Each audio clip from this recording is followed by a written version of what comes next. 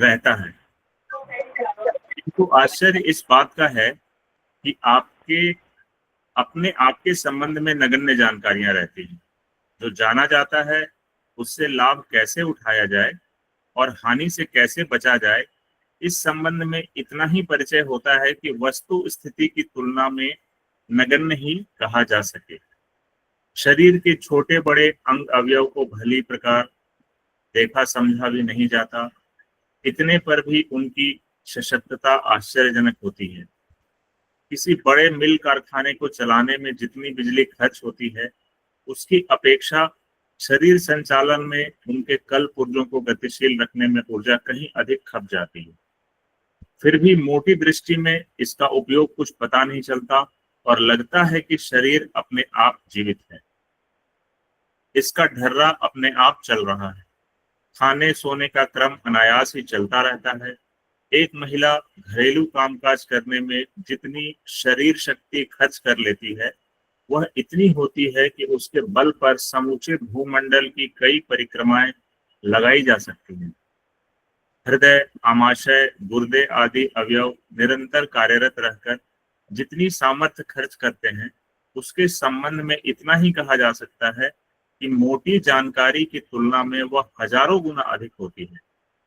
इस विद्युत उत्पादन का उपयोग और लेखा जोखा लिया जा सके तो प्रतीत होगा कि बाहरी दुनिया के बारे में हम भले ही कुछ आधा अधूरा जानते हैं, पर अपने संबंध में जितना समझा गया है उसे पर्वत की तुलना में अणु मात्र ही समझा जाना चाहिए। मानसिक शक्ति के संबंध में भी यही बात है। सर्कस में अनोखी करामातें दिखाने वाले, खेल के मैदान में सामर्थ्य के कीर्तिमान स्थापित करने वाले जितने आश्चर्यजनक लगते हैं, उससे कहीं अधिक मस्तिष्क की चेतन सत्ता है। वैज्ञानिक, दार्शनिक, कलाकार, मनस्वी जो प्रस्तुतिकरण करते रहते हैं, उससे प्रतीत होता है कि मानसिक सूझबूझ लगती तो नगण्य है, पर उसकी कृतियों का चमत्कार किसी बड़े से बड़े कुतूहल से बढ़कर है। व्यसनी, प्रपंची, अपराधी जैसी सूझबूझ का परिचय देते हैं, उसे देखते हुए बाजीगर की उपमा दी जा सकती है। शरीर से लेके मानसिक क्षमता का समग्र आकलन कर सकना तथाकथित समर्थ व्यक्ति के लिए भी कठिन है, जो उनका धारणकर्ता, नियोक्ता, प्रयोक्ता माना जाता है। चेतना ही है जो कुछ क्षण के लिए अवरुद्ध हो जाए तो समझा जाना चाहिए कि समूचा खेल देखते देखते बिखर गया। कुछ कुछ क्षण पहले का जीवित व्यक्ति इस स्थिति में पहुंचते भी देखा गया है, जिसे मरते ही जल्दी से दूर हटाने का प्रयत्न किया जाए। शरीर अद्भुत है, उसी का पुरुषार्थ और रसास्वादन है जो जड़ समझे जाने वाले पदार्थों को सचेतन से भी अधिक सरस अनुभव करता है, अशक्त को शक्तिशाली बना देता है। मनुष्य ही नहीं, परमाणु जैसी नगण्य इकाई को शक्ति सत्ता के रूप में प्रकट करता है। फिर सचेतन के संबंध में तो क्या ही कहा जाए, वह अद्भुत है। सृष्टा की इस असीम क्षमता उसकी छोटी सी दिखने वाली इकाई में लगभग पूरी तरह समाई हुई है। जड़ पदार्थों को सशक्त, सक्षम और अनुभूति में बना देने में उसी का कौतूहल काम करता देखा जा सकता है। इस सचेतन सत्ता को प्राण कहते हैं। प्राणियों की चित्र विचित्र हरकतें, हलचलें मात्र इसलिए दृष्टिगोचर होती हैं कि उनमें प्राण की सशक्तता काम करती है। यदि वह क्षीण हो जाए तो समझा जाना चाहिए कि अशक्ति के अतिरिक्त कुछ शेष नहीं बचा। दुर्बल, दीन, असहाय, असमर्थ मात्र उन्हें कहते हैं जिनकी चेतना लड़खड़ा जाती है। तब फिर शरीर के अंग अवयव भी जीवित रहने पर भी निर्जीवित दिख पड़ते हैं। इसको शरीर से संबंध छूट जाना कहते हैं, जिसे जीवन का अंत कहा जाता है। साथ ही यह भी स्पष्ट है कि यदि चेतना शरीर और मन पर अपना समुचित आधिपत्य बनाए हुए हो, तो फिर काय कलेवर के दुर्बल रहने पर भी व्यक्ति असीम सामर्थ्य का धनी बना रहता है। गांधी जी की ऊंचाई 5 फुट 2 इंच थी और वजन मात्र 96 पाउंड। इतने पर भी उनकी चेतना इतनी समर्थ थी कि करोड़ों जनसाधारण में प्रचंड प्राण फूंका, व्यापक जनमानस का स्तर कुछ से कुछ बनाकर दिखाया, समर्थ शासकों को धूल चटाने में सफल रहे, विश्व के कोने कोने से अपने ढंग की अनोखी चेतना का संचार किया। यह शरीर या बुद्धि का ही नहीं, प्राण चेतना की समर्थता का ही चमत्कार था। ऐसे उदाहरणों की इस संसार में कमी नहीं, जिनकी प्राण चेतना ने साधनों का एक प्रकार से अभाव रहते हुए भी असाधारण उपलब्धियों का पर्वत खड़ा कर दिखाया। तपस्वियों और सिद्ध पुरुषों द्वारा व्यक्तियों, परिस्थितियों एवं वातावरण को किस प्रकार समय समय पर पलटा और सुधारा है, यह विवरण भी इतिहास का सर्वविदित प्रसंग है।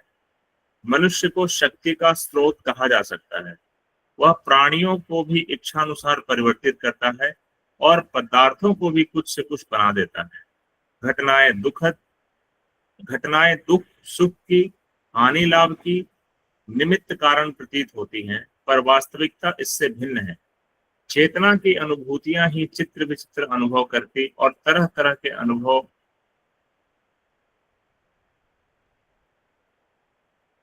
कराती रहती हैं। घटनाएं एवं वस्तुएं तो उस प्रसंग में नाम मात्र की भूमिका निभा पाती हैं। शास्त्रकारों का कथन है कि जिसने अपने को जान लिया उसने सब कुछ जान लिया।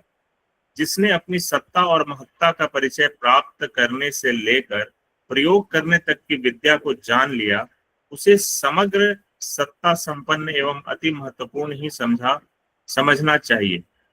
संपदा किसके पास कितनी है, कहाँ है, उसे किस प्रकार प्राप्त किया जाए, पाने के उपरांत उसका सर्वश्रेष्ठ उपयोग क्या है, यह सब जान लेना ही संपदा का होना और लाभ उठाना कहलाता है।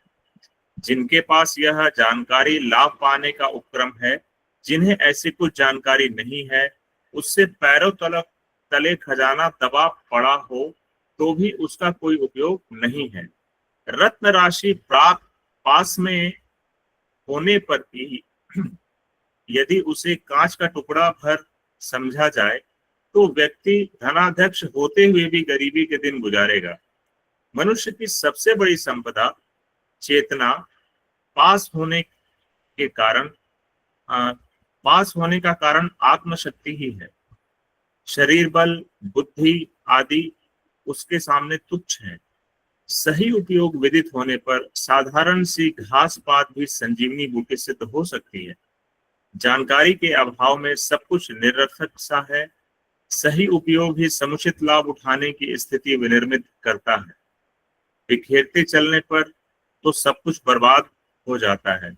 छलनी में दूध दुहने पर दुधारू गाय का मालिक भी हाथ मलता और दुर्भाग्य को कोसता है। आत्मबल और अन्य बलों की तरह लोगों के पास होता है। आत्मबल भी अन्य बलों की तरह लोगों के पास होता है, पर उसे संभालना संजोना न बन पड़े तो कुछ लाभ उठा सकना संभव नहीं। अतिशी शीशे पर सूर्य की किरणों को एकत्रित कर लेने पर आग जलने लगती है। बंदूक की नली द्वारा सही निशाने पर छोड़ी गई बारूद भयंकर विस्फोट करती है और अपनी शक्ति का परिचय देती है। आत्मशक्ति होने पर भी उसको एकाग्र किए बिना सामर्थ्य की वृद्धि नहीं होती। इसलिए योग साधनाओं, तपश्चर्याओं द्वारा आत्मशक्ति को उभारना, एकत्रीकरण करना और वरिष्ठता का परिचय देना संभव होता है। एकाग्रता, एकांत साधना, मौन साधना जैसे प्रयोग इसीलिए किए जाते हैं कि आत्मशक्ति का चमत्कारी उपयोग बन पड़े। इसी आधार पर सिद्ध पुरुष अनेकों दिव्य विभूतियों के अधिष्ठाता बनते हैं और वह कर दिखाते हैं जो सामान्य जन की कल्पना से भी बाहर होता है। नर पशु के समतुल्य विचरण करने वाले भी यदि रिद्धि सिद्धियों के अधिष्ठाता बन सके तो समझना चाहिए कि उनने देव पुरुष की स्थिति प्राप्त कर ली। योगी जन अपनी दिव्य शक्ति का एक कण भी बिखरने नहीं देते, उसे संभाल संजो कर रखते हैं, जबकि साधारण जन अपना समय निरर्थक क्रियाकलापों में बर्बाद करते हैं। साधन वनों में एकांत से भी गुफा निवासी प्रयोगरत सिद्ध पुरुषों द्वारा असाधारण क्षमताएं कैसे प्राप्त की जाती हैं, इसका लंबा इतिहास है। ऋषि महर्षि यही करते थे। विगत दिनों में भी योगी महर्षि रमन आदि ने इसी मार्ग पर चलते हुए सिद्धियां पाई, अपना दूसरों का विश्व की विविध समस्याओं का समाधान किया। अनुभवी बताते हैं कि जिसका प्राण वश में है उसके लिए सब कुछ उसकी मुट्ठी में है। विभूतियों की उसके पास कुछ कमी नहीं रहती। पार्वती, भागीरथ, ध्रुव आदि की तपस्याओं का प्रतिफल सर्वविदित है। वह राजमार्ग अभी भी सभी के लिए खुला हुआ है। तप साधना के सत्परिणामों की परंपरा अभी भी यथावत है। यह बात दूसरी है कि उन उपलब्धियों को कोई क्षुद्र प्रयोजनों में बाजीगरी जैसे कौतूहल दिखाए जाएं अथवा उसके साथ जन समस्या के हितार्थ लोक कल्याण के महान प्रयोजन पूरा कर सकें। युग परिवर्तन की इस बेला में ऐसे ही संग्रहित, परिष्कृत और प्रखर आत्मशक्ति का प्रयोग की आवश्यकता समझी गई है। तो ये आज का वाचन रहा। राजेंद्र भैया, प्रणाम भैया। अब यहाँ से आप कमांडर हैं आज के। ये राजेश भैया को धन्यवाद स्पष्ट वाचन के लिए। बहुत बहुत आभार भैया। सभी साधकों को प्रणाम। परम पूज्य गुरुदेव, परम वंदनीय माता जी के सूक्ष्म उपस्थिति में थोड़ा बहुत सार प्रस्तुत करने की कोशिश किया है हमने, गलतियों को क्षमा करके। आज का विषय है आत्मशक्ति का उपार्जन एवं सुनियोजन। तो आत्मशक्ति यानी परमात्मा की शक्ति या चेतना की शक्ति कह लें, प्राण की शक्ति, और उसका उपार्जन यानी आत्मशक्ति का विकास, और सुनियोजन यानी योजनाबद्ध तरीके से उसको एकाग्र करके उसका सदुपयोग करना। ये रहा भैया। अब पहले दूसरे पैराग्राफ का जो हमने थोड़ा सार निकाला है, मनुष्य मात्र शरीर और संसार में ही रचा पचा है। अपनी बुद्धि और इंद्रियों को उसी में लगाए रहता है जो कि जड़ है, परिवर्तनशील है, नाश होने वाली। और जो भी उसे शरीर और संसार के बारे में जानकारी है, गुरुदेव ने लिखा है, ये बाहरी जानकारी बिल्कुल नहीं के समान नगण्य है। यहाँ तक कि जो शरीर की भीतरी संरचना है उसे भी अच्छी तरह हम नहीं देख पाते, उसके बारे में पूरी जानकारी नहीं है। वो किस तरह से काम करती है, गुरुदेव ने जैसा बताया है कि जितनी शक्ति बड़े कारखाने, यानी इतनी शक्ति हमारे अंदर है, इतनी ऊर्जा है, एक बड़ा कारखाना हम उस शक्ति से चला सकते हैं। और एक तो बड़ी अच्छी बात आज लिखा है कि आगे एक महिला घरेलू कामकाज करने में जितनी ऊर्जा खर्च करती, उतनी ऊर्जा से पृथ्वी के कई चक्कर लगाए जा सकते हैं।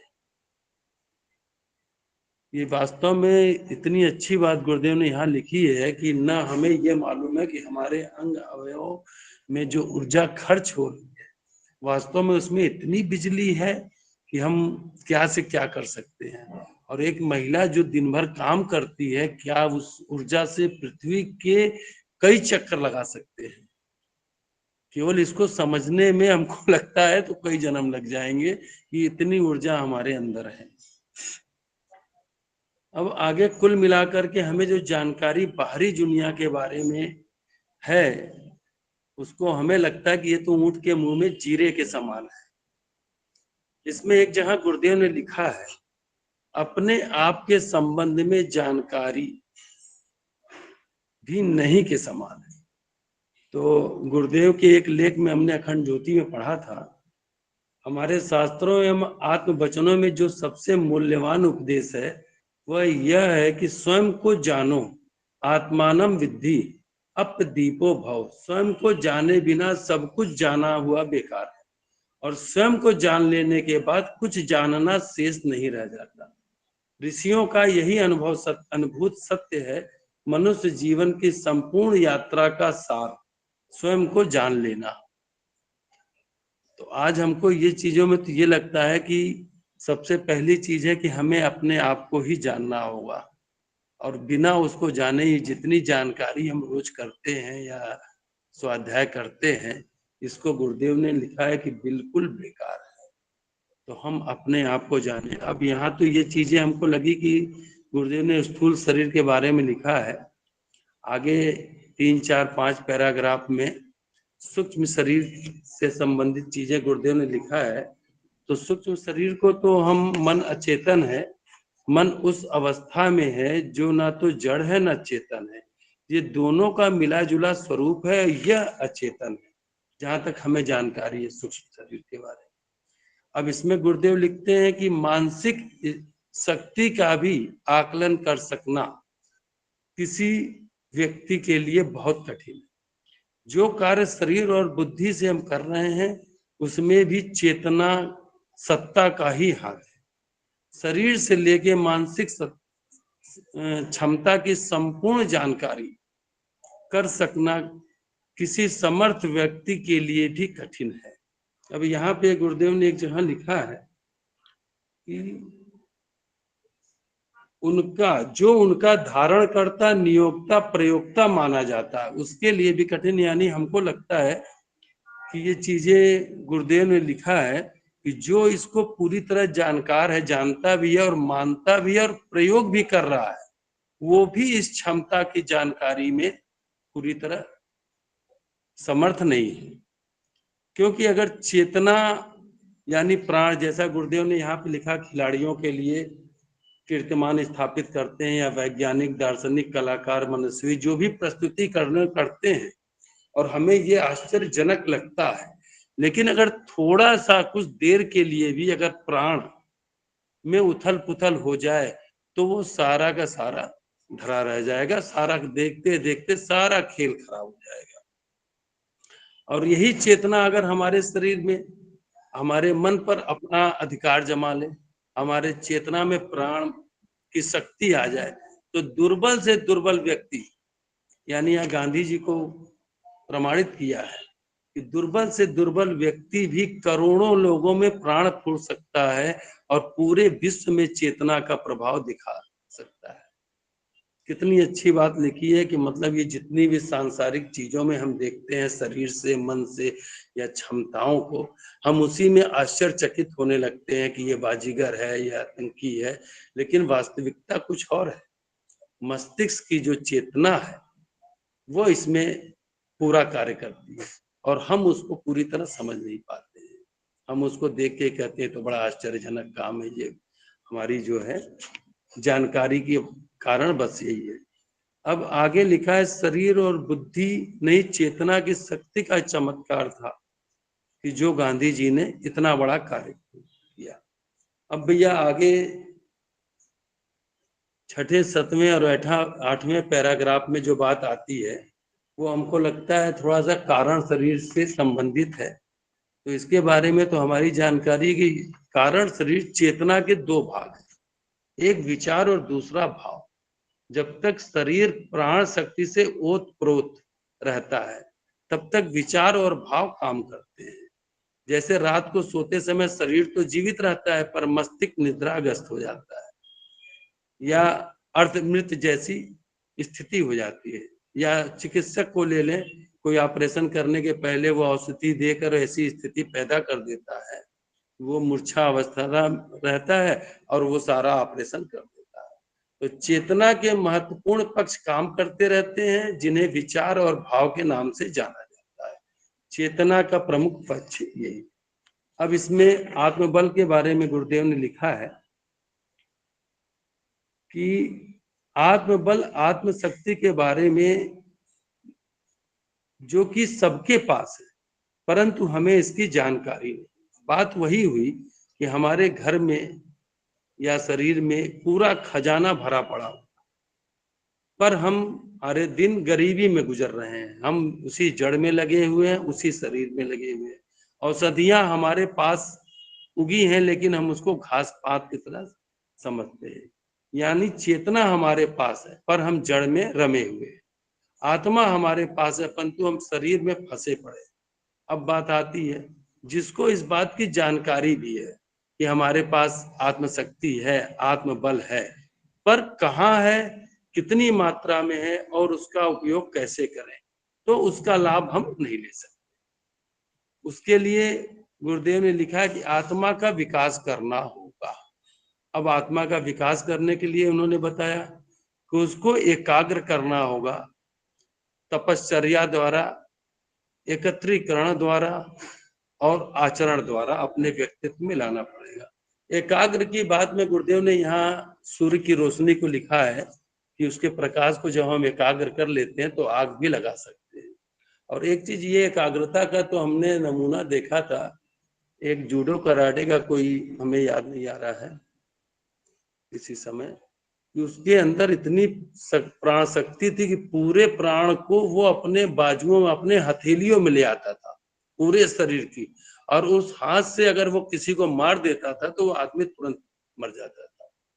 तो ये हुआ एकाग्रता, एकत्रीकरण। तो इस तरह से हमें विकास करना होगा, और उसका सुनियोजन के लिए हमें एकांत साधना, मौन साधना द्वारा इसका आश्चर्यजनक सदुपयोग कर सकने, जैसा कि हमारे ऋषि महर्षि वन में, गुफा में, जंगलों में साधना करते हुए अपने प्राण को वश में करके विश्व का कल्याण करते रहे हैं और करते रह रहे हैं। भैया धन्यवाद, थोड़ा सा हमने सार समझा और प्रस्तुत किया। बाकी अमन भैया। जी अमन भैया, इसको आगे भी आप कमांडर अब आप बनेंगे आज के। जी भैया, पहले तो आपको बहुत बहुत आभार। बहुत ही इसको मैं केवल स्पष्ट वाचन नहीं कह सकता कि स्पष्ट वाचन किया आपने। बहुत ही अपने ओजस्वी वाणी से कितने सुंदर पढ़ा है इसे। वास्तव में जो ये पढ़ना भी ये किस तरीके से लग रहा था कि आप सारे बता रहे हैं इसका। तो ये पढ़ने की अपने आप में एक कला है, ये बहुत सुंदर वाचन रहा। और आदरणीय राजेंद्र भाई साहब जो है ये एक वरिष्ठ साधक हैं, और इन्होंने जो है इसमें जो अपना ये दिया है, तो सार दिया है बहुत ही बढ़िया। इन्होंने इसमें ये इसके जो मुख्य मुख्य बिंदु थे, उन बिंदुओं पे इन्होंने प्रकाश डाला कि मनुष्य की क्या सामर्थ्य है, और कितनी सामर्थ्य जो हम लोगों के पास होती है, लेकिन कभी हम उसको समझ नहीं पाते हैं। ये जो सबसे बड़ी बात गुरुदेव ने कही, कभी एक बार प्रयोग भी हुआ कि पूरे शहर जितनी बड़ी जो है, एक बड़ी कई मंजिला बिल्डिंग जितना जो है ये बनाया गया, वो बनाया गया, मशीन बनाई गई और उसको शहर जितनी बिजली दे दी गई, लेकिन फिर भी जो है मनुष्य के मस्तिष्क की तरीके से वो काम नहीं कर सकी, है ना। इतना जो है जबरदस्त मनुष्य के अंदर जो क्षमता है, हम लोग समझ नहीं सकते कि जब बात आती है कि एक एक जो हमारा न्यूरॉन है उसको ऊर्जा कैसे पहुंचती होगी। हमारे अंदर करीब करीब जो है मुझे लगता है कि 10 बिलियंस के आसपास में जो है ये न्यूरॉन्स होते हैं। पूरा पूरा ये देखा जाए 72,000 अरब सेल होते हैं, उसमें केवल 10 बिलियंस जो है के आसपास मुझे लगता है कि ये काउंटिंग है इसकी न्यूरॉन्स की, जो केवल शरीर में जो है हमारी इसी प्रणाली को, जो तंत्र हमारा है, नाड़ी है, नाड़ी तंत्र है, उसी को संचालित रखते हैं, मस्तिष्क के संदेशों को एक दूसरे तक पहुंचाते हैं और अपनी जो है स्मृतियों को अपने पास। और ये नष्ट भी नहीं होते हैं। न्यूरॉन्स नष्ट हो जाएंगे तो व्यक्ति की स्मृति नष्ट हो जाएगी। ये न्यूरॉन्स जो है इतनी इनकी, इसीलिए जो है कहते हैं ना कि अपने आप जब ये होता है कोई, हम लोग कोई परेशानी में फंस जाते हैं, तो जो गांव में सबसे बड़ा या शहर में जो कोई बुजुर्ग होता है तो उसके पास जाते हैं, उससे पूछते हैं कि आप समाधान बताइए, है ना, क्योंकि उसको वरिष्ठ माना जाता है। अब हम लोगों को ये वरिष्ठों की, बुजुर्गों की हम लोग को इतना ये नहीं रही है, वो नहीं रही है, लेकिन लेकिन वास्तव में उनका एक अपना महत्व है, वरिष्ठों का, बुजुर्गों का, है ना। उनकी बातों को जितना पहले सम्मान दिया जाता था, उनकी बातों पे हम लोग चलते थे, समझते थे, उतना ही जो है हमारा समाज कितना बढ़िया एक दैवी समाज हुआ करता था। तो जो ये होते हैं न्यूरॉन्स होते हैं सबसे वरिष्ठ होते हैं इसमें, और इसके कहे अनुसार ही कि सारे के सारे बॉडी सारे इसका अनुसरण करते हैं। अगर मस्तिष्क के न्यूरॉन्स कहीं जो है गड़बड़ा जाए, अगर वही कहीं जो उदास हो जाए, है ना, उदास चित्त हो जाए, तो पूरा का पूरा शरीर जो है वो उदास चित्त हो जाता है। तो इसमें ये कहा गया है। तो इसमें कितना न्यूरॉन्स आपस में ट्रांसमिशन में कितनी ऊर्जा लगती है उनकी, है ना। अब आप ये मान लीजिए कि 10 खरब इतना ये है, और 10 खरब हो तो 10 खरब अगर कोठरियां उन्हें अलग अलग बिजली देनी हो तो कितनी बिजली की आवश्यकता पड़ेगी। एक एक सेल 72,000 अरब सेल है, 72,000 अरब सेल को एक एक बिजली देके देखिए तो 1.5 वोल्ट का जो है ये पोटेंशियल नापा गया है। एक एक सेल का 1.5 वोल्ट का पोटेंशियल होता है।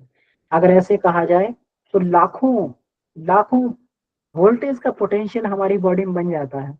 और केवल 25,000 के पोटेंशियल से जो है, केवल पोटेंशियल डिफरेंस से ट्रेन चल जाती है। इतने बड़े बड़े माल को इतना बड़ा बड़ा लेके घूमती है, और लाखों का पोटेंशियल लेके मनुष्य घूम रहा है, और फिर भी जो है अपने आप को अशक्त मानता है। अगर हमें मनुष्य की क्षमताओं को समझना है तो वाङ्मय नंबर 13 का हमें जो है सूक्ष्म शरीर का, कारण शरीर का, जो इसमें दिए हुए हैं, गुरुदेव ने इतना भर भर के उसमें ये चैप्टर्स दे दिए हैं, स्थूल सूक्ष्म और कारण शरीर के, कि उसको जो है हम लोग उसकी वैज्ञानिकता को पढ़ सकते हैं। गुरुदेव ने बहुत उसमें जो जबरदस्त तरीके से उसमें लिखा हुआ है, अगर किसी व्यक्ति को अपनी क्षमताओं को जानना है। तो अब देखिए, ये तो स्थूल शरीर की क्षमता की बात कही है। मानसिक शरीर की क्षमता की और ही अलग बात।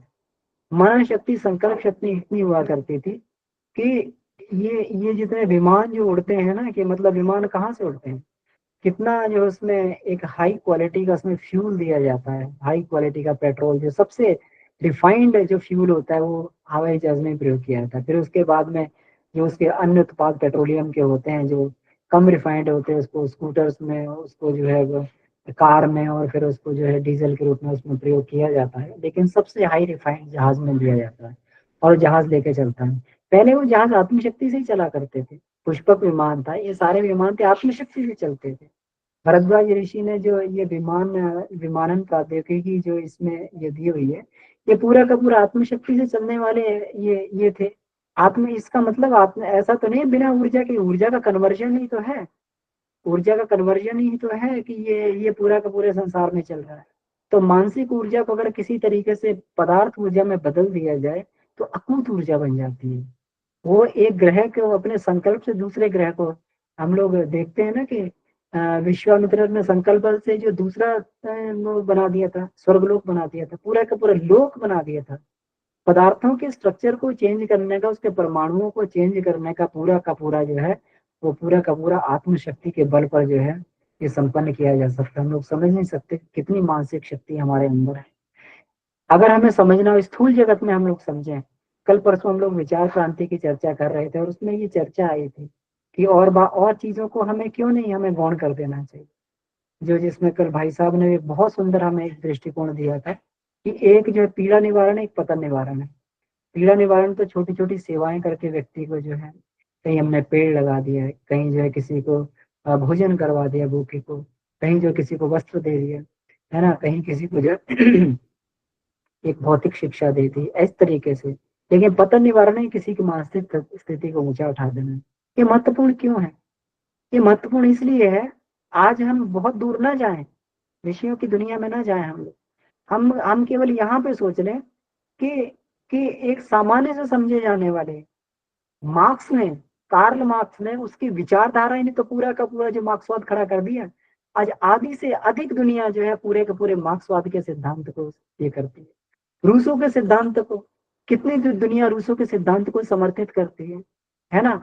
जो ये था हैरियट स्टोर का जो एक छोटा सा ग्रंथ था, टॉम काका की कुटिया, है ना, दास कैपिटल, ये टॉम काका की कुटिया, टॉम काका की कुटिया ने पूरे के पूरे दास प्रथा को अंत कर दिया। ये सामान्य से समझे मारे जाने वाले मनुष्य थे कि जिन्होंने जो है, इसीलिए एक दो लोगों की विचार शक्ति ने पूरे के पूरे जो है दुनिया की विचारधारा को पलट दिया। तो क्या कुछ मूर्धन्य लोग जिन जुड़कर, जिसको गुरुदेव कह रहे थे, कल हम लोग पढ़ रहे थे, जागृत आत्मा को, इसीलिए गुरुदेव कहते हैं कि जागृत आत्मा अगर जाग जाए, अगर अपनी अपनी आत्मशक्ति को जगा लें, अपनी विचार शक्ति को जगा लें, तो एक व्यक्ति के विचार से पूरा का पूरा भारत बदल सकता है। ऐसा हुआ है। गांधी की उदाहरण दिया यहाँ पे, गांधी की आवाज से पूरा भारत नहीं, अब उन्होंने अफ्रीका को बदल दिया था। अफ्रीका में क्रांति ला दी थी, दक्षिण अफ्रीका में। जब दक्षिण अफ्रीका की क्रांति लाने के बाद में उन्होंने, भारतीय लोगों ने उनको इनवाइट किया था, यहाँ पर इनवाइट किया था, उनको बुलाया था, और सबसे पहले किन्होंने बुलाया था? को बुलाया था मोतीहारी के लोगों ने, जो आज यहाँ पे मोतीहारी का ग्रुप हमारे यहाँ पास में बैठा हुआ है। वहाँ जो है ये बुलाकर उनको जो है वो सबसे पहले जो नील का जो आंदोलन जो करवाया गया था, ये उनकी आत्मशक्ति का चमत्कार था, है ना। तो आत्मशक्ति की बात यहाँ पर शरीर शक्ति की, मानसिक शक्ति की, आत्मशक्ति की जो बात कही गई है, ये सामान्य बात नहीं है। और इसमें ये बताया गया है आत्मशक्ति क्या है, एक प्राण चेतना है, ये प्राण शक्ति है। और प्राण शक्ति के बलबूते पे ही जो है मनुष्य कहाँ से कहाँ पहुंच सकता है, क्या से क्या बन सकता है। हम लोग जो साधना कर रहे हैं, हमारा सौभाग्य है। इसीलिए गायत्री साधना को सर्वोपरि साधना बताया गया है, गायत्री विद्या को सर्वोपरि विद्या बताया गया है, गायत्री मंत्र को सर्वोपरि मंत्र बताया गया है। क्यों क्यों बताया गया है? क्योंकि ये प्राण चेतना का मंत्र है, ये प्राण को दिशा देता है। प्राण सबको घसीटता हुआ ले जाता है, सारी के सारी प्रकृति को घसीटता हुआ ले जाता है, सारी के सारी अपने जो है मनुष्य को घसीटता हुआ ले जाता है, पूरे के पूरे ग्रह नक्षत्रों को घसीटता हुआ ले जाता है। लेकिन जो प्राण शक्ति पे नियंत्रण कर लेता है, वो क्या नहीं कर सकता, वो सब कुछ कर सकता। गुरुदेव अपनी प्राण शक्ति से जो ग्रहों की और नक्षत्रों की दिशा बदल दिया करते थे।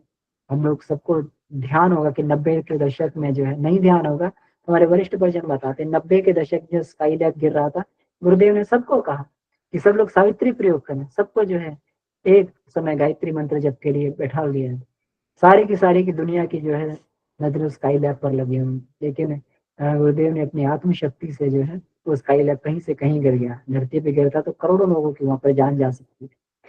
तो ऐसे करके जो है ग्रहों की नक्षत्रों की दिशा जो इस प्राण शक्ति से बदली जा सकती है।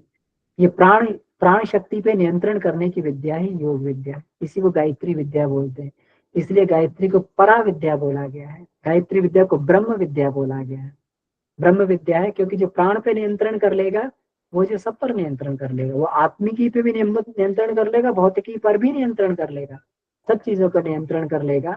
तो जिसने प्राण पर नियंत्रण कर लिया, इसीलिए आज एक नया अनुभव हमें प्राप्त हुआ यहाँ पर जो है। इसमें हम देख रहे थे कि मन की उछल कूद को भी प्राण से नियंत्रित किया जा सकता है।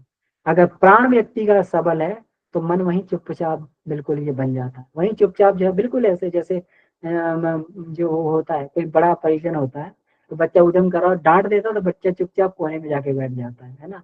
ऐसे ही जो है मन की क्षमता नहीं है कि प्राण के आगे जो है अपना जो जरा भी वो कर दे। प्राण अगर जरा भी संकल्प बल हो जाए, संकल्प बल जितना भी जरा भी थोड़ा सा भी जो है मजबूत होगा तो प्राण को वहीं, मन को वहीं जाना पड़ेगा। लेकिन प्राण अगर चंचल हो जाए तो फिर जो है व्यक्ति का बस नहीं होता कि इस पर नियंत्रण करे। इसलिए प्राण पर नियंत्रण कौन करता है? यही गायत्री विद्या है, यही जो ऋतंभरा प्रज्ञा है, इसी को हम लोग जो है इसको याद करते हैं, इसी से हम लोग प्राण को नियंत्रण करते हैं और प्राण पर नियंत्रण स्थापित करके ये करते हैं। इसीलिए भगवान विष्णु ने ऐसे नहीं कहा, भगवान श्री नारद को कहा कि जो लोग समझ जाएं, समझदार लोग जो दिखाएं कि युग निर्माण में हमारी भूमिका हो सकती है, उनको सबसे पहला उपदेश देना गायत्री विद्या। वो गायत्री विद्या का उपदेश समझते जो है वो आत्मनिर्माण में जुट जाएंगे, और जिनके लिए आत्मनिर्माण संभव हो जाएगा उनके लिए विश्व निर्माण जो है कोई बहुत बड़ी बात नहीं रहेगी। ये पूरा का पूरा विश्व जो फॉलोअर है, 95% दुनिया जो है केवल फॉलोअर होती है। चंद लोग जो है अपना जो अपने इशारों पे पूरी दुनिया को नचाते हैं। गुरुदेव को उन्हीं चंद लोगों की प्रतीक्षा, जो कल उन्होंने अपनी पीड़ा को व्यक्त किया था, हमें जागृत आत्माओं की आवश्यकता, और उन्हीं को गुरुदेव ढूंढ रहे हैं, यहाँ नहीं पूरी दुनिया में ढूंढ रहे हैं, उनको खड़ा भी कर रहे हैं। हम लोग देख पा रहे हैं कि जितनी जागृत आत्माएं, प्रतिभाएं जो हैं ये खड़ी हो रही, किस प्रकार से हमारे इस ग्रुप में ये उदाहरण है कि किस प्रकार से जागृत और जीवंत आत्माएं है ना, और मूर्धन्य लोग किस प्रकार से खड़े होकर इस जो है ज्ञान यज्ञ की मशाल को लेके, प्रज्ञा की मशाल को लेके ये आगे बढ़ रहे हैं। निश्चित ही ये एक बहुत ही ये रहेगा ये सब का सब प्रयोग जो आत्मशक्ति का प्रयोग है, जिसको गुरुदेव ने अंतिम लाइन में जो कह दिया है। और ये बात हम लोगों को सबको बड़ी आसानी से समझ में आ जाएगी, क्योंकि ये उसको समझ में नहीं आएगी जो प्राण की साधना, गायत्री साधना नहीं कर रहा, लेकिन हम लोग को आसानी से समझ आ जाएगी कि युग परिवर्तन की इस वेला में ऐसी ही संग्रहित, परिष्कृत और प्रखर आत्मशक्ति के प्रयोग की आवश्यकता समझी आती है। इसी को सावित्री का प्रयोग बोलते हैं। जगह अगर अकेले अकेले हम लोग जो है चेतना पे प्रयोग करें तो गायत्री प्रयोग होता है, और सम्मिलित जब चेतना का प्रयोग किया जाता है तो सावित्री प्रयोग होता है। तो बहुत बहुत आभार सभी का। तो और बाकी लोग भी अपनी जो है इसमें बात को रखेंगे। आइए सभी लोग चर्चा में आते हैं। धन्यवाद। जी भैया, एक बहुत ही इम्पोर्टेंट बात मेरे दिमाग में कई समय से चलती है कि जैसे हम लोग हमारे शरीर में कितनी ऊर्जा है या कितना हमारा प्राण बल इस्तेमाल होता है। एक छोटी सी मशीन है, डायलिसिस की मशीन, वो कुछ एक वॉशिंग मशीन के साइज की होती है, बड़ी सी। और हमारे बॉडी में एक छोटा सा ऑर्गन है जिसको हम लोग किडनी बोलते हैं, और छोटी सी किडनी पूरे 24 आवर्स में जितना ब्लड प्यूरिफाई करती है, एक बड़ी सी मशीन, उसको डायलिसिस में लगभग 2-2.5 घंटे 3 घंटे का समय लगता है।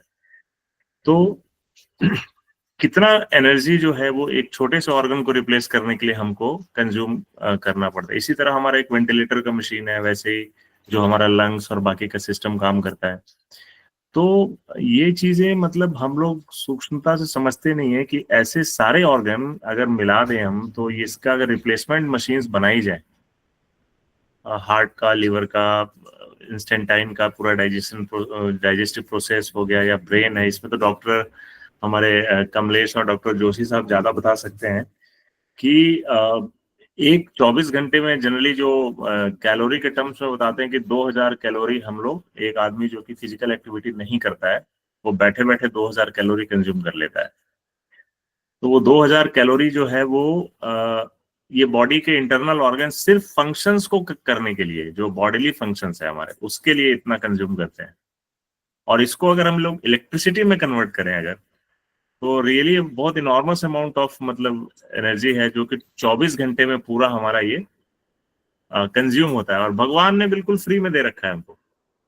ये पूरा बिजली घर हम लेके चलते तो हैं और समझते नहीं है लेकिन कि हाँ भाई ये एक एक ऑर्गन कितना इंपॉर्टेंट है और इसको किस तरह से हम लोग को प्रोटेक्ट करना चाहिए, या जो हमारे दिनचर्या में कुछ ऐसी चीजें शामिल रहती हैं जिनको अगर सुधारा जाए तो इन ऑर्गन्स की लाइफ भी बढ़ सकती है और ये हमारे लिए बहुत हेल्पफुल भी हो सकते हैं। जी, तो अब इस चर्चा को और आगे बढ़ाते हुए मैं अभी यहाँ उपस्थित सभी ऋषि सत्ताओं से निवेदन करूंगा कि आप लोग भी अपनी बात रखें और निसंकोच होकर। जी, मनीषा दीदी, प्रणाम जी दीदी। प्रणाम भैया, सभी को प्रणाम। जी भैया, मेरा एक ये प्रश्न था कि एक मनोबल होता है, एक आत्मबल होता है। भैया इन दोनों में क्या डिफरेंस है, और मनोबल बड़ा है या आत्मबल बड़ा है, इसको जरा समझाएं भैया।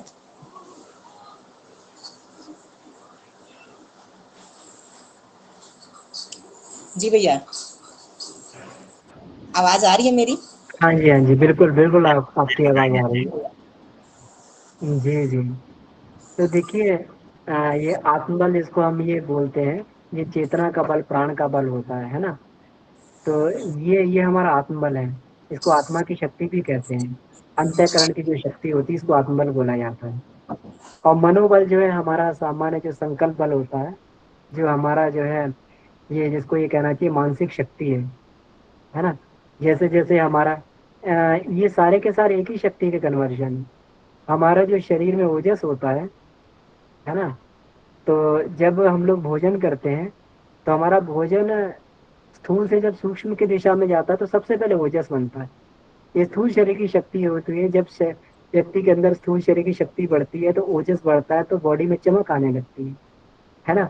जब वही तेजस बन जाता है, जो और रिफाइन होता है, जैसे पेट्रोल की अलग अलग, पेट्रोलियम की अलग अलग रिफाइनमेंट्स होती है ना, जो है डिस्टिलरी में अलग अलग रिफाइनमेंट्स होती है, और रिफाइन होता है ओजस, और रिफाइन होता है, तेजस बन जाता है, मानसिक शक्ति बन जाती है ना।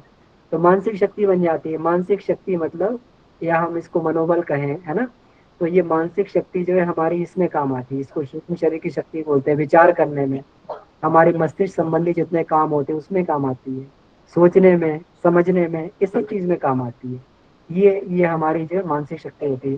स्मरण शक्ति में काम आती है। कोई कोई व्यक्ति जो है बहुत जल्दी से याद कर लेता है, एकाग्र हो जाता है ना। कोई काम को बहुत जल्दी मन लगा के कर लेता है, ये मानसिक शक्ति है सर, है ना। इससे भी ऊपर जब ये तेज जो है, तेज भी परिष्कृत हो जाता है, ये वर्चस्व में बदल जाता है, और इस वर्चस्व को ही ऋतंबरा प्रज्ञा गायत्री बोलते हैं। यही आत्मबल है, यही आत्मा का बल। तो ये जो है, ये सर्वोपरि बल होता है। इसको इसको ब्रह्म वर्चस्व कहते हैं, ब्रह्म तेज कहते हैं। जब ये व्यक्ति के अंदर बढ़ता है तो फिर जो है व्यक्ति जो है फिर आत्मशक्ति का धनी होने के बाद में वो अपने ऊपर कमांड नहीं करता, वो दूसरे लोगों पर भी कमांड कर लेता है ना। ये गांधी जो थे, या फिर महर्षि रमन थे, महर्षि अरविंद थे, ये आत्मशक्ति के धनी थे, है ना। मनोबल का धनी व्यक्ति क्या होगा? मनोबल का धनी जो है वैज्ञानिक होगा, वैज्ञानिक प्रयोग करता रहेगा, है ना, वो एक विज्ञान में एक नई खोज कर लेगा। लेकिन आत्मबल का धनी अगर होगा तो वो जो है वो फिर पूरे का पूरा ब्रह्मांड में नई नई चीजों को खोज लाता है, व्यक्ति को एक नई दिशा धारा में चला देता है, लोगों के चिंतन चरित्र व्यवहार को बदल देता है। ये आत्मबल के धनी व्यक्ति के जो बात है। कुछ क्लियर हो रहा होगा दीदी? जी भैया, जी भैया, मनोबल स्पष्ट के, है। हाँ, मनोबल के धनी होने से हम आगे आत्मबल आत्मबल मनोबल की ऊंची मतलब ऊपर है, डिफाइंड स्टेज है। रिफाइंड। हाँ, जी भैया। धीरे धीरे हम लोग जब ये इसको ये करते हैं, नियोजित करते हैं, तो अपने आप इसको परिष्कृत होकर ये आत्मबल इसमें ऋतंबरा प्रज्ञा गायत्री में बदल जाता है। जी वो भैया। धीरे धीरे ऋतंबरा प्रज्ञा, इसीलिए ब्रह्मचर्य का पालन बहुत महत्वपूर्ण जो है, इसको ये बताया गया है। गुरुदेव ने पूरी की पूरी इक्वेशन जो है आध्यात्मिक काम विज्ञान में दी, इसको हमें जरूर पढ़ना चाहिए। इसमें एक चैप्टर है ब्रह्मचर्य एक तप है, उसमें हमें ये पढ़ना चाहिए कि किस प्रकार से ओज जो है वो आत्मशक्ति ऋतंबरा प्रज्ञा गायत्री में बदल जाता है। जी भैया, जी प्रणाम भैया।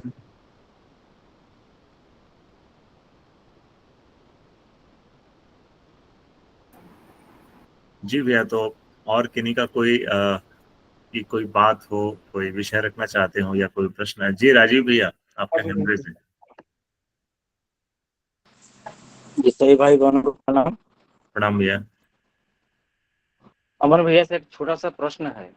अमन भैया के कई बार मैसेज हम पढ़े हुए हैं जिसमें प्राण से संबंधित डाला गया था, लेकिन मुझे समझ में नहीं आ रही थी और पूछने में भी हम संकोच कर रहे थे।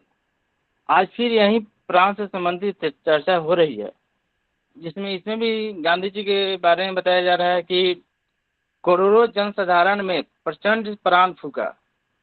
ये जो प्राण की जो चर्चा की जा रही है, वो हम लोग के भाषा में जैसे कि कहा जाता है कि प्राण है तो जिंदा है, वो प्राण है कि कौन से प्राण के बारे में बात किया जाता है?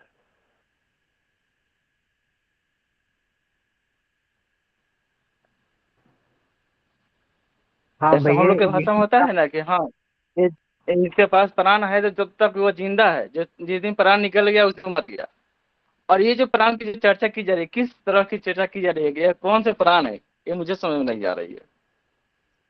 इसी की हम लोग चर्चा कर रहे थे कि जब ये प्राण जो है स्थूल शरीर के इसमें समझा जाए तो इसको जो है ओजस बोलते हैं, जब ये सूक्ष्म शरीर के टर्म्स में समझा जाए तो इसको तेजस बोलते हैं, और यही प्राण ऊर्जा जब और परिष्कृत होती है अंत में जाके यही जो है हमारा वर्चस्व बन जाता है।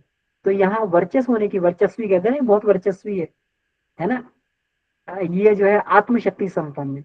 तो वो जो है प्राण ऊर्जा का अकूत स्तोत्र जब बढ़ता चला जाता है और व्यक्ति वर्चस्वी बनता हुआ चला जाता है, तब की बात है, तब वो किसी भी व्यक्ति के अंदर प्राण को भोग सकता है। उसके अंदर इतना प्राण होता है कि अपना थोड़ा सा भी कोई बात कहेगा तो उसकी बात में भी इतना प्राण होता है कि वो दूसरे के हृदय को हिला देती है, अंदर जाके हृदय तक अंदर घुस जाती है जाके, उसके विचारों को, बुद्धि बुद्धि को, तर्कों को। क्योंकि उसकी जो प्राणवान बात होती है ना, वो सामने वाले की बुद्धि में और उसमें विचार में ताकत नहीं होती कि उसकी बात को काट दे, क्योंकि वो एक बहुत जबरदस्त स्तर का प्राण है, रिफाइंड स्तर का प्राण है ना। जब ये बुद्ध था, बुद्ध ने कितने लोगों को क्या क्या बताया, और उनका जीवन, एक बात बोलते थे लोगों का जीवन बदल जाता। जी। तो भैया साधारण शब्दों में कहें, जब आपका ऑरा दूसरे को बदलने के योग्य हो जाए, या आपका ऑरा उस जगह के, मतलब वो पॉजिटिव ऑरा की हम बात कर रहे हैं, उस ऑरा को पॉजिटिव बनाने लगे, तो समझ लीजिए कि आपके अंदर प्राण शक्ति है। बिल्कुल, और ये आत्मिक स्थिति की प्रगति ही है। जी जी। तो एक साधारण तरीके से जो अभी राजीव भैया पूछ रहे हैं, जब लोग आपको ध्यान से सुने और उन्हें लगे कि नहीं बात सही है, हमें फॉलो करना चाहिए, तो आप समझ लीजिए कि आपके अंदर प्राण शक्ति है वो धीरे धीरे धीरे धीरे बढ़ रही है। उसके लिए अपनी जो ऊर्जा है वो दूसरे को समझने पे कम लगाएं, पहले अपने को समझने पे लगाना। सही है ना मन भैया? बिल्कुल दीदी, एक सामान्य प्रयोग है, बिल्कुल एकदम। हमेशा जो है एनर्जी जो है हाई पोटेंशियल से लो पोटेंशियल की तरफ बढ़ती है ना। कभी भी लो पोटेंशियल से हाई पोटेंशियल नहीं बढ़ेगी। एक कम प्राण वाला व्यक्ति कभी भी जो है एक बड़े प्राण वाले व्यक्ति को कन्विंस नहीं कर सकता, है ना। कभी कभी हम लोग जो कहते हैं ना, हमारे बच्चे हमारी बात नहीं सुनते हैं। बच्चे बहुत प्राण बल संपन्न होते हैं, ईश्वर से नया नया प्राण लेके आए, प्राण का कूद भंडार है। देखिए पूरा दिन घूमते रहते हैं, फिरते रहते हैं, उछलते रहते हैं, कूदते रहते हैं, थकते नहीं है। तो इतना हाई प्राण वाला जो सोर्स है वो हम लोग अपने जो है इतना प्राण को शिथिल कर चुके, तो बच्चे कैसे हमारी बात को सुन लेंगे, है ना। तो उसके लिए उतना प्राणवान व्यक्तित्व जो है, इसीलिए कभी भी जो लो प्राण वाला व्यक्ति कभी हाई प्राण वाले व्यक्ति को कन्विंस नहीं कर सकता। इसलिए बार बार बुद्ध ने प्राण बल को बढ़ाने की बात कही। और साधारण शब्दों में कहें कि जब आपकी सकारात्मक उपस्थिति नकारात्मक व्यक्ति के अंदर डर पैदा कर दे कि मैं यहाँ गलत नहीं कर सकता इसके सामने, जी बिल्कुल, तो भी हम अपनी थोड़ी सी प्रगति मान सकते हैं। बिल्कुल बिल्कुल। जी राजेंद्र जी, भाई साहब का हैंड रेज है। जी भैया और दीदी धन्यवाद, समझ में आ गया। जी अमन भैया, इसमें जो एक लाइन हमको हर्ट कर रही थी, गुरुदेव ने शुरू में लिखा है, हमें अपने संबंध में जानकारी नगण्य है। तो इसका थोड़ा सा एक सरल तरीका बतावें या सर्च करें, और इसको बढ़ाने का सरल तरीका क्या है कि हमें अपने संबंध में जानकारी आराम से हो।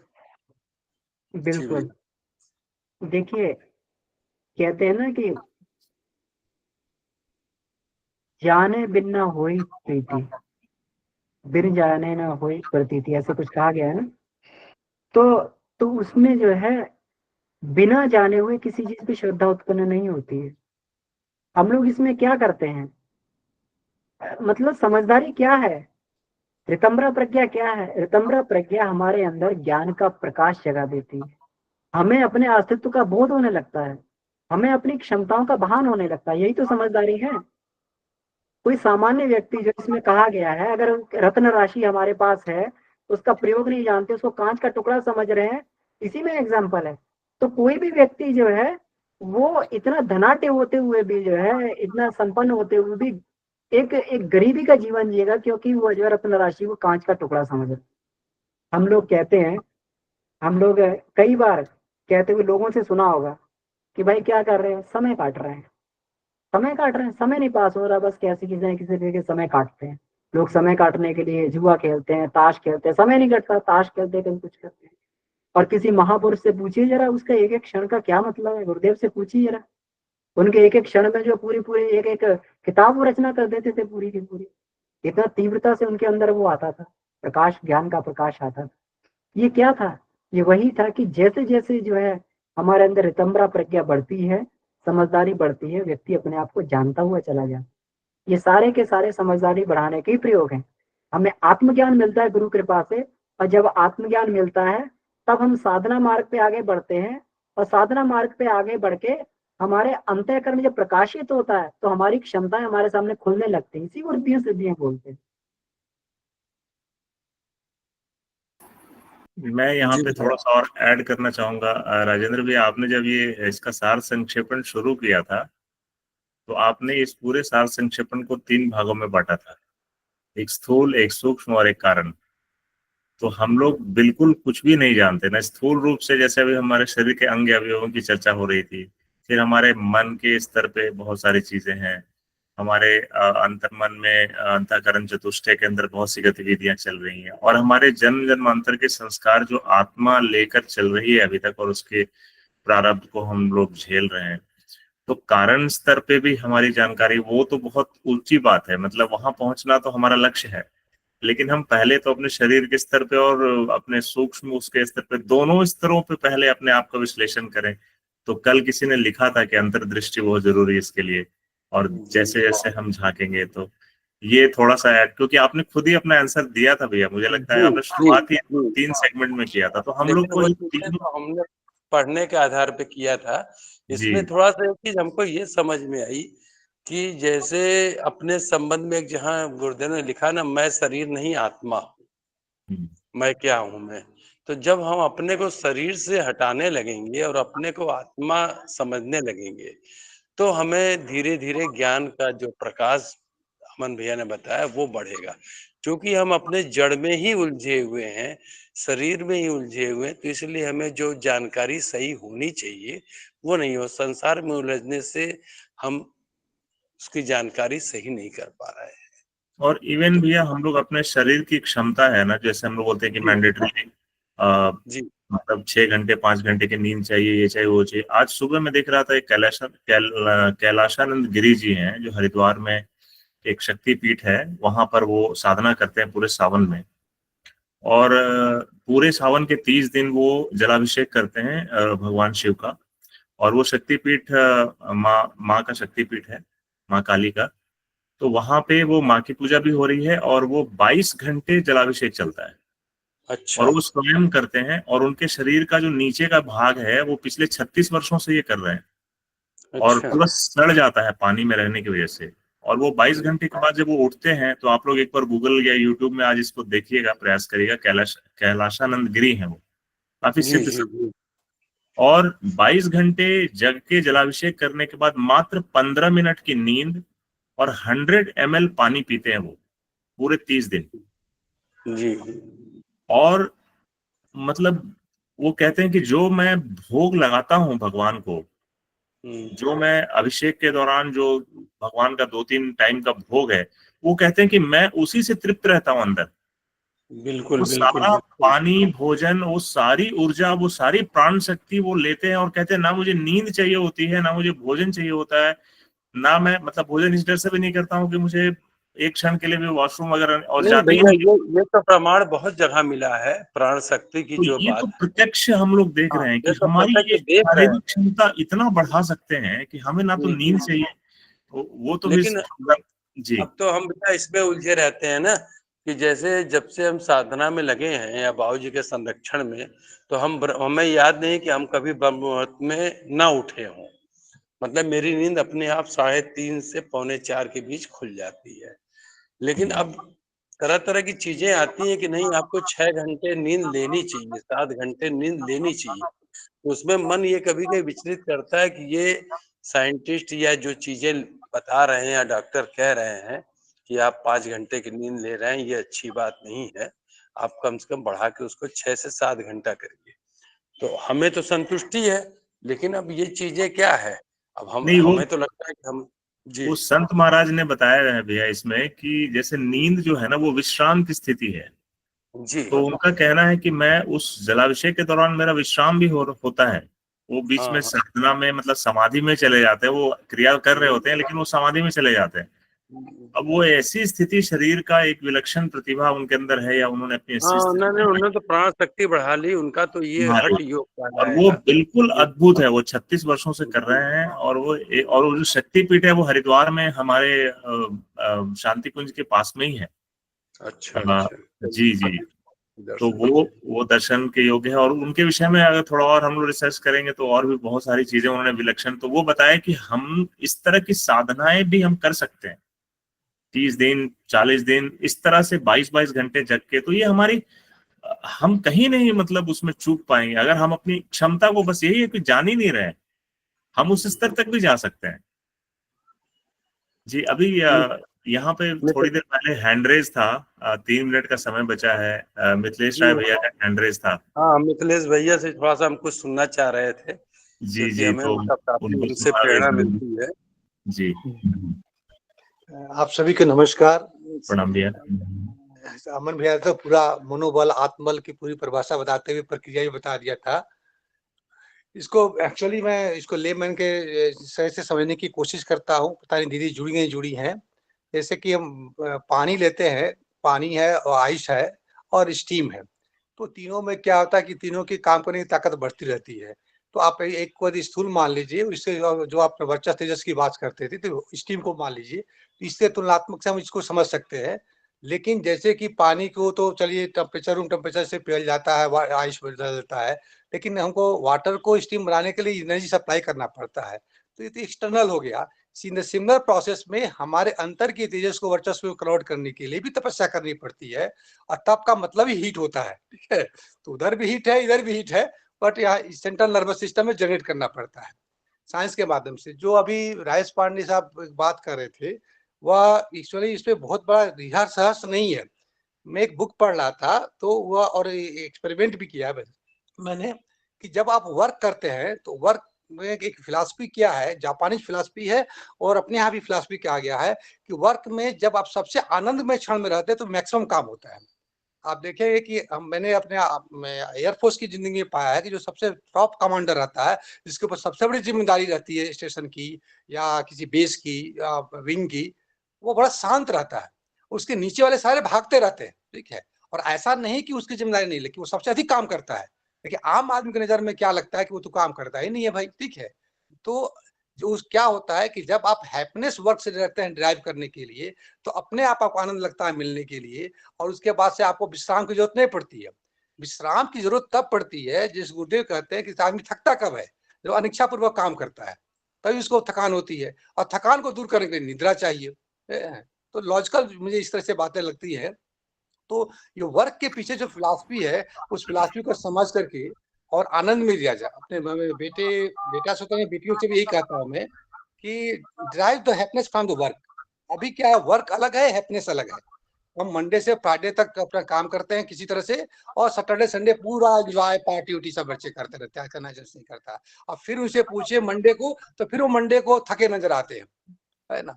तो ये सबसे बड़ा चैलेंज आज के युग में है कि how to drive the happiness from the work. और ये यदि एड्रेस हो जाएगा, तो हमें लगता है कि आधी की मतलब आनंद हमको मिलना शुरू हो जाएगा। तो हमारा जो ड्रग एडिक्शन है, जो पार्टियों का दौर है, जो कंजप्शन का है, वो सॉल्यूशन मिल सकता है। जी बस भैया, इतना ही। तो समय भी हो गया है। हाँ हाँ, बस मैं अपना विश्राम लेता तो हूँ। हम लोग आज आज आज मतलब कल से ये प्रण लिए, संकल्प लिए कि हम समय का अतिक्रमण नहीं करेंगे। तो बहुत अच्छी चर्चा थी आज। राजेंद्र भैया को बहुत सुंदर वाचन के लिए बहुत बहुत आभार। और हमारे अमन भैया तो सदैव हमारी उंगली पकड़कर हमें एक एक स्टेप और एक एक पैराग्राफ कितना अच्छे से समझा देते हैं कि लगता है जैसे हम लोग हमारे एकदम हृदय में उतर गया। भैया बहुत बहुत धन्यवाद आपका। अर्चना दीदी, आपने भी बीच में जो भी हमें बताया, और राजीव भी आपके प्रश्न, सबको बहुत बहुत धन्यवाद।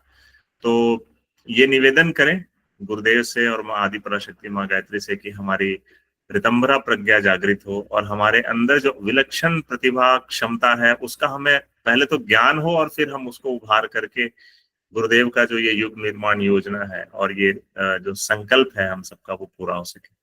तो आइए इन्हीं प्रार्थनाओं के साथ अपने जीवन के उत्कर्ष की प्रार्थना करते हुए, ओम शांति शांति शांति। सभी को प्रणाम, शुभ भैया रात्रि। प्रणाम।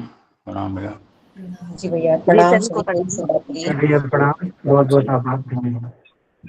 कई भाई बहनों को प्रणाम। भैया सभी को प्रणाम। सभी को प्रणाम, जय गुरुदेव, शुभ रात्रि। अमन भैया, हम लोग आए हुए हैं सिलीगुड़ी प्रशिक्षण में।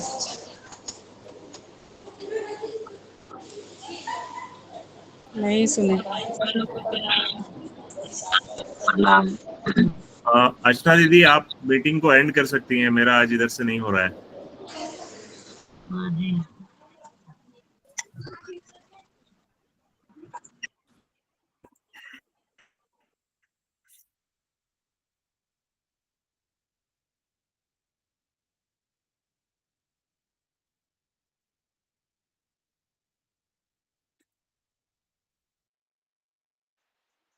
प्रणाम सभी को, धन्यवाद।